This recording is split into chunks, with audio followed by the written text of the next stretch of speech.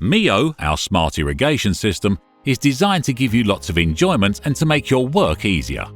We've designed it to be quick and easy to install by hand.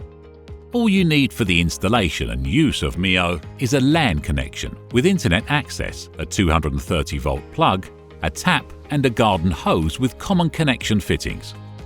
First, place the cube somewhere dry near your router and a plug, and connect it using the LAN cable and micro USB cable. Then download and install the MIYO app on your smartphone.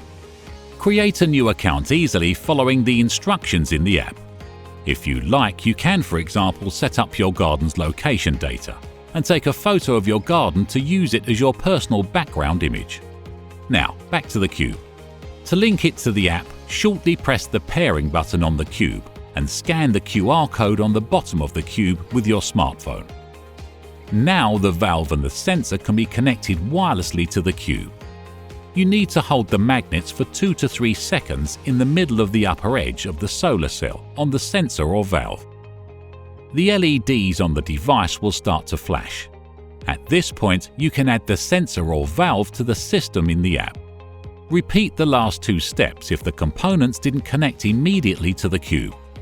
Follow the instructions in the app and adjust the settings to your individual watering preferences. Now it's time to go outside.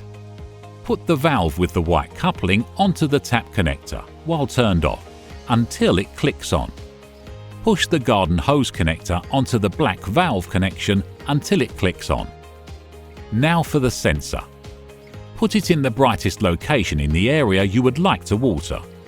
The location should reflect the conditions of the area to be watered: soil moisture, temperature and brightness.